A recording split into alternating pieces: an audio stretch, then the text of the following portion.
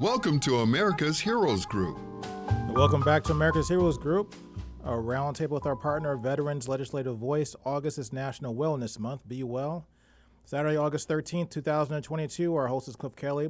My name is Claiborne. Our executive producer is Glenda Smith, and our digital media producer is Ortega of Scouts Honor Productions. We have our partner on the line, Ms. Stephanie Kalota. She's a U.S. Army Reserve Sergeant, First Class, a veteran and founder of and creator of the Veterans Legislative Voice. How you doing, Stephanie? Doing great. I'm excited to be here. Yeah, we got a lot of stuff to talk about. We had this historic legislation that has been passed the other day. We have the PACT Act, the Promise to Address Comprehensive Toxins Act, which is something that is, something we've needed for a long, long time, for decades. Think maybe we could do things more, do things a little bit better going forward in the future. But this is at least a step in the right direction. So what do we have to talk about? What is the first thing you want to bring up about this? Well, there's been a lot of contention ever since there was the issue in the Senate. So honoring the PACT Act is a really great thing. It's a landmark act and bill for many veterans that's going to be included, not just post 9/11, but this includes Gulf War veterans as well. They are also establishing a presumption for 2 more conditions for Agent Orange. So it's really big and awesome. But what happened a couple weeks ago was when the Senate had the Republicans of the Senate side had changed their vote from yay to nay. They had already voted on this bill, but there was an ad that was an addition to the bill that they didn't agree with. And there was a couple of different things to go on with that. What was the addition? I heard about that. I remember, and I saw the video of Pat Toomey, a senator from Pennsylvania, who was complaining about, money there was mandatory funding versus discretionary funding he was talking about, which didn't make a whole lot of sense to me. But what was what was put in and taken out, or what was the issue? Okay, so for funding for bills and acts and laws, basically you must have to specify whether the funding for these things are mandatory or direct, which was the original term that they used for this in the bill, or discretionary, which kind of falls into the category of nice to have. If we got enough money, we'll use it. And that was actually discretionary term for this funding was never actually in the bill at any point. It was actually direct spending. So what they did when the bill has gone back and forth between the House and the Senate because they kept adding edits and basically clarifying and adding things to correct some issues in there. So they changed it from direct to mandatory for the funding. And one of the reasons why they did this was because it was for a $400 billion funding for VA infrastructure. A couple months back, there was a commission to actually study all the infrastructure for the VA and what would be coming forward with predictions on where the veterans will be, what things that we need in the future, whether they're dying out in some locations or they're growing in another location, those type of things. That commission was actually put in place from the Mission Act of 2018. And so the VA had to brief Congress. Well, this recommendation list also included the closure or the downgrade of veterans hospitals and clinics because the populations are dwindling and they foresee it going even lower. And so a lot of people became upset with that. Legitimately, honestly, if I found out my VA was downgrading or getting smaller, I would be upset because that means my individual care would probably diminish. So I understand that. But the thing is that they also canceled the entire commission on everything. So the improvements that the VA recommended was canceled. And so this funding that was added in there, which Pat Toomey has also implied that it's pork barrel spending, and also Ted Cruz said the same thing, that it's pork barrel spending and it's not for veterans. Well, actually, it is for veterans because it's for the infrastructure. It's opening and leasing of buildings for outpatient clinics And the funny part that I love to say about I like to point out about the pork bill spending accusation is that some of these outpatient clinics and leasing of federal buildings for the VA is actually in some of the states of the senators that voted no against the bill. Right. You have a lot of military installations and a lot of clinics in red states. The thing that I thought was weird is that, so walk me through this process. So from what I understood from his argument, Pat Toomey's argument, was that if it goes to being considered what he said was mandatory spending, that there would be no cap on spending. So they would have, I'm assuming, a budget every year of this is what we're going to allocate for this particular purpose, for something like the PACT Act. Mm-hmm. And then when that budget, but that budget could go into whatever it needs to be. So mandatory spending are things that the government has to pay for. There is no debate or argument. It has to be done, which to me sounds like, taking care of veterans' health and taking care of veterans' needs, that's something you have to do. That's not something that should be, do we have the money this week or not? Well, no, the government's going to shut down next week anyway, so no payments today. It should be something that's mandatory, in my opinion, from what I see. Now, but I think it seemed like what he was trying to say is that, well, what if there's more money than what's necessary? Then that extra money could be used for anything. It could be used for, pork belly spending, building a new road, or doing whatever stuff that's not necessarily related to veterans. Is there any validity to that argument or what he said? No, because I push anyone that do not agree with me to look up the PACT Act on Congress.gov, because you can read the most up-to-date text on there, and it's it's Senate Bill 3373, I believe, because I'm looking at the comparison bill or the companion bill right now. Apologies. But the Senate Bill 3373 has included specifically the funding towards the buildings, towards the leasing of buildings. And the thing is that Secretary McDonough had already put in all of these recommendations. They already have done the studies on how much it's going to cost. So that's what's put forward. Often when there is money left over, that is also either held over or they use it for something else. And honestly, pork bill spending is a very poor accusation for it, because why would you vote for a bill that would actually bring clinics to your state and add more employment? It would support your veterans better. I don't understand that complete argument that he tries to make there. It seems kind of confusing. Like I said, at best, it was confusing at best. And there's, unfortunately, a lot of misinformation out there, and I think you've done a good job of dispelling what was going on, because you answered the question direct, which did make a lot of sense from Jump Street. Almost, to me, it looked like a stall tactic. That's all I'd read it as.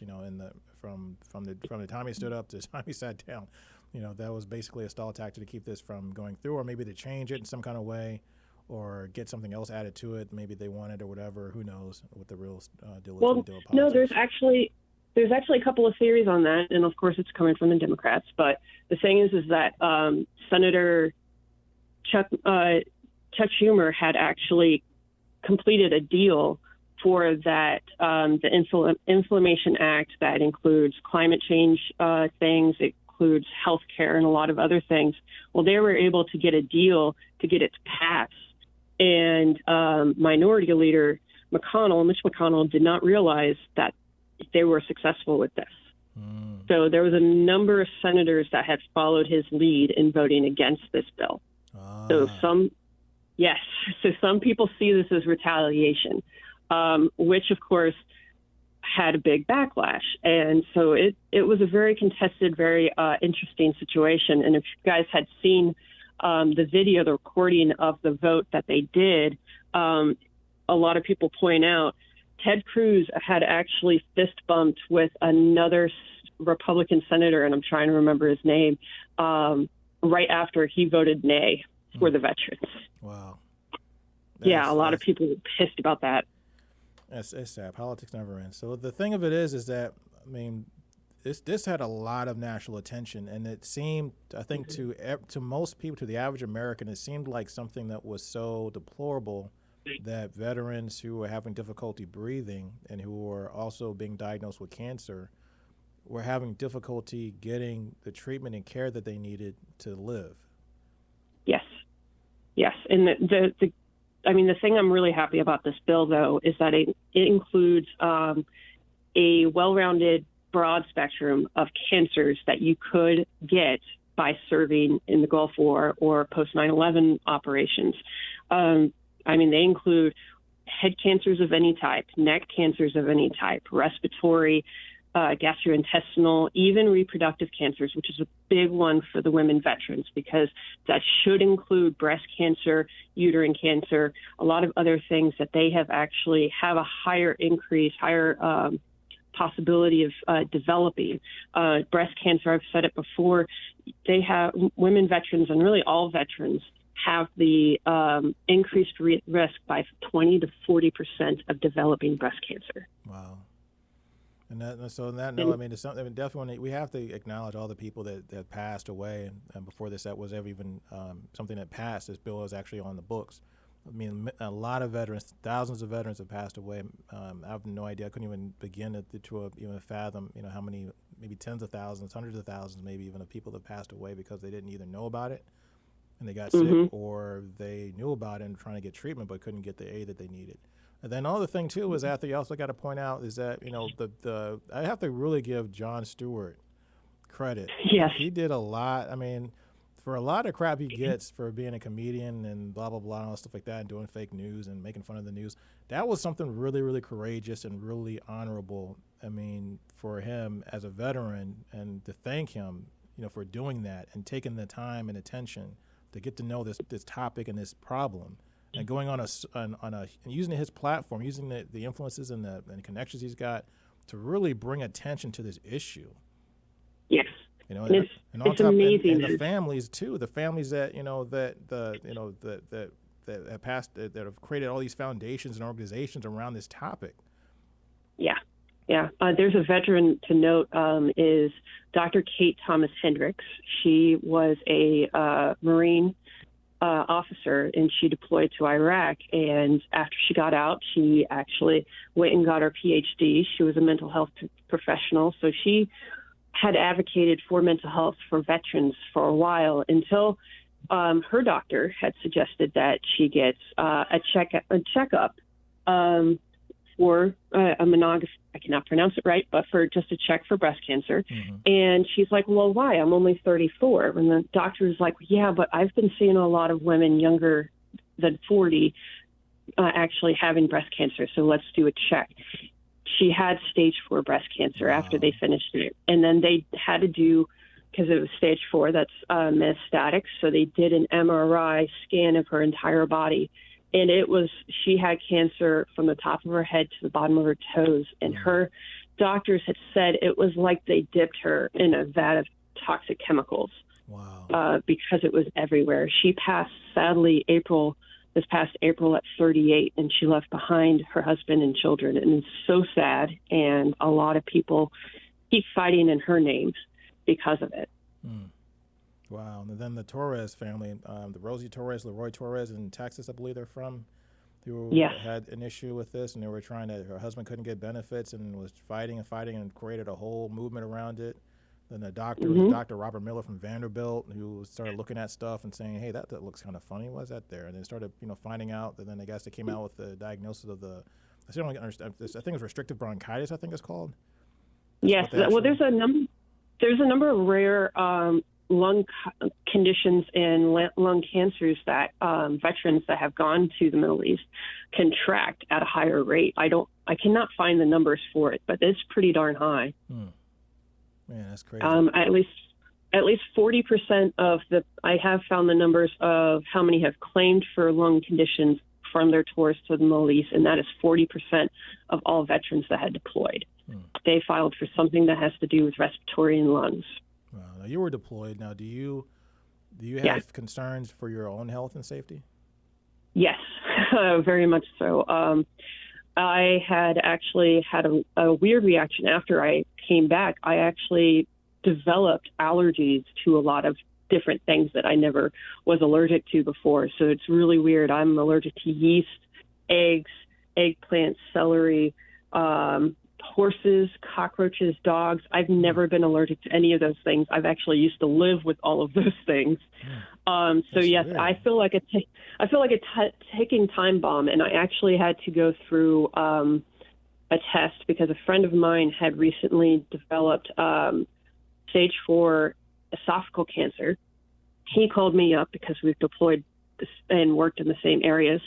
And so I asked him, I'm like, hey, I've got this weird thing happening. Is that similar? And he said, yep.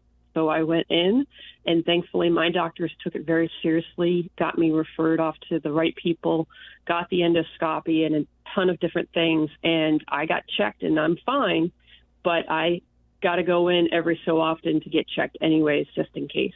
And it's so scary. And the thing about it is, like, a lot of people don't understand who've never been in the military, is that you can be exposed to something in your 20s that may not affect you to your in your 50s or 60s. And when you're young, coming back from deployment or coming back out of or getting discharged from the military, you're very young and you're healthy. You don't really think about what your life is going to be like 20, 30 years down the road. You're living life and doing your thing, trying to, become a civilian again. And the next thing you know, you're having your body's falling apart at 45, and you're like, what's going on? Yep. I mean, you're talking to somebody that was critically injured at 22, recovered, I thought, and then I kept getting it re-injured after my tours, and I'm fully disabled now because of the injury I've had to my neck and head, and it's pretty scary at times. I got hit by a drunk driver, which had made things worse. So people don't realize that those little things can affect you so far in the future. It's crazy. So how possible, now we've talked about this in the past, and I go on my soapbox again, and I say this because the issue that I have is, and it's kind of confusing, I think, and I think about this, and I've had conversations outside the show about this. I think it's confusing to people that are civilians, even people that are in the military who've never really had or used a VA system and don't know and how it is different everywhere around the country. It's not the same in every state. It's not the same in every city. No. Why is it that we have to prove that if you're feeling an ailment or you have something that's documented that says, okay, you definitely have something that's wrong with you, why do you have to prove that that's service connected? Why is that process even in place?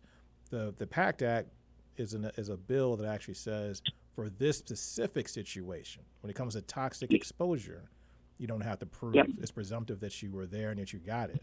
Why do we have to presume anything for any type of situation? If you've already signed up and you spent your time in the military and you put your body at stake, I can be an NFL athlete. Yep. Okay, and I can go be in the NFL, and I could have had not been injured not one time when I was on the football field, but if I step out and break my finger at a cocktail party, guess NFL's paying for that 20, 30 years later. They don't care. They're going to get your cover for life. Yeah, because you're also winning them a whole ton of money. But it's basically they had started writing it based off of the regular civilian disability and like workers' compensation. They had compared that standard to that they use on the civilian side because, I used to work at a greenhouse, and I had tripped over one of the carts and busted my knee, and I had workman's comp. I went and got that checked out, and if I had permanent damage to that, I would get compensated. But that's how they have wrote the standard. And I knew you were going to bring this up again because I found this congressional bill, and it's called Guaranteeing Healthcare Access to Personnel Who Served Act, House Bill 4624. And this would amend Title 38 of the United States Code to improve access to health care for veterans and other purposes. It's a long bill, and I hope to do more of a study of it at another time, but I wanted to point that out to you because I know this is something that you advocate for. Yeah, because, my thing is and going back to the NFL, because I already know you got the haters out there going to say, well, they're scoring touchdowns, man, that's so important. Like, they're making all this money and stuff. How can you compare the two? Well, people are dying for this country. For that guy to be able to catch that ball, thank a veteran. Yeah, you're not kidding about that one. So the sacrifices that people, and this is you're literally putting your body in harm's way in a situation where going in, they tell you may not come back home. Yes. Yeah. even with training, I mean, we see it all the time that people have died while in training on the stateside or critically injured, and it's really scary. And so, yeah, a lot of people don't realize what we face and what we risk every day. And then you could say, well, why is this necessary? Well, the thing is, you have, Russia just invaded Ukraine. Mm-hmm. You have cartels in South America that will love the go across our borders and do a lot of harm to us and change our system of government and to have more money, power, and influence if they could. Yep. China and Russia also with the cyber warfare and things, those types of stuff that can make a lot of changes. I mean, cyber warfare is something that has been really taken off in the military, and that's something that they are really focusing on now too, not just in person or even there, because now we have drones that can do all of the things remotely. So the military does a lot more than a lot of people don't realize. And we do that, a lot of that stuff before you even wake up in the morning. Before you got your coffee in the morning, think of veteran. Yes. Just think of veteran. Let's just say, pour a little bit out for a veteran one day when you're getting some coffee at Starbucks or something like that, Yeah. We don't ask for much. We just want health care. That's all we're asking for. Nobody's asking for a ton of money. We barely get paid well. All we're looking for is, why is it so when we come out, you have the infrastructure already in place. You have hospitals and VA systems all over the country. Mm-hmm. You have military bases that have hospitals and things. You have the training. You have people. I was in a medical company. I was a mechanic in a medical company. I mean, there were trained nurses, doctors. Dr. Arnold was a surgeon. Dr. Arnold could do surgery, and while he's driving a car, he can do surgery. Mm-hmm. Yep. We have the people and the tools and resources to do this type of stuff. So why is it, you're out of the military and we don't want to be bothered with that? And it doesn't cost extra money. It's not like we're talking about crazy money. No, it's not. And the thing is that for preventative, it actually saves more in the long run. Is if you pretty much conduct preventative care, dental, and other things to actually prevent anything that may happen or get worse, it actually is a bigger payoff in the end. You save a ton more money for the veterans and for the government, honestly, because then they're not having to pay out for long-term residential care that those veterans may become eligible for that have to be nursed 24/7. So those type of things could actually save a lot in the end. I really appreciate you, Stephanie. Thank you. Stephanie, I would like to see what could be done. Are you still there, Steph? Yes, I am. I'm sorry. My cat is begging for attention. So oh, my go gosh. ahead. Hi, kitty. Yeah. I would like to see what could be done in terms of the Ferens doctrine, if I'm pronouncing it correctly. It's spelled F-E-R-E-S doctrine. It prevents... First. Yeah. It prevents service members, veterans, or just military active members from suing based on, it could be malpractice, military sexual assault. It prevents them from being whole in terms of having that law that would allow them to pursue what has been done. They need to something needs to be done. I think holistically, the military population needs to do something to ask them to change or amend that. It's going down. It's chipping off little by little. The Ferris Doctrine is, small strides happening. A couple years ago, actually, Vanessa Guillen's lawyer, their family's lawyer, was actually one that had won just a little part of a win against suing against the government for malpractice. And then most recently, there was another one in the Ninth Circuit. They just won a good case that had been protected by the Ferris Doctrine. Mm-hmm. There's just a little bit, inches by inches, that we think that is going to really claw the thing away in the next couple of years. So yes, there's been a great advances on that. I just read, and I think I sent you that article when I saw it, that some judge stated that this military lady has the right to sue based on based on military sexual trauma, if I'm not mistaken. No, it is, and that's actually, I know one of the lawyers that had helped out with that one, and so I think it was that one, and so we're going to see a trampling of the Ferris Doctrine going away. It's just got to go slow by slow, though. And I'm so proud that here on America's Heroes Group, I became aware of that through our legal advisory board member, Steve Seichman. We do a segment with him every fourth Saturday called Legally Speaking with Steve. He was the first one to address that I was aware of like 3 years ago. So kudos to Steve. Yes. That's what we do here, staff, because of you and other partners and roundtable panelists. We bring connected information to the disconnected. That's what we specialize in, and we do it with excellence. Without worrying about who's going to like it, because we don't care what you like. We care about the resources and information that our military family personnel need to live the life they've earned through service. So bravo, staff. Great show. Thank you. You're welcome.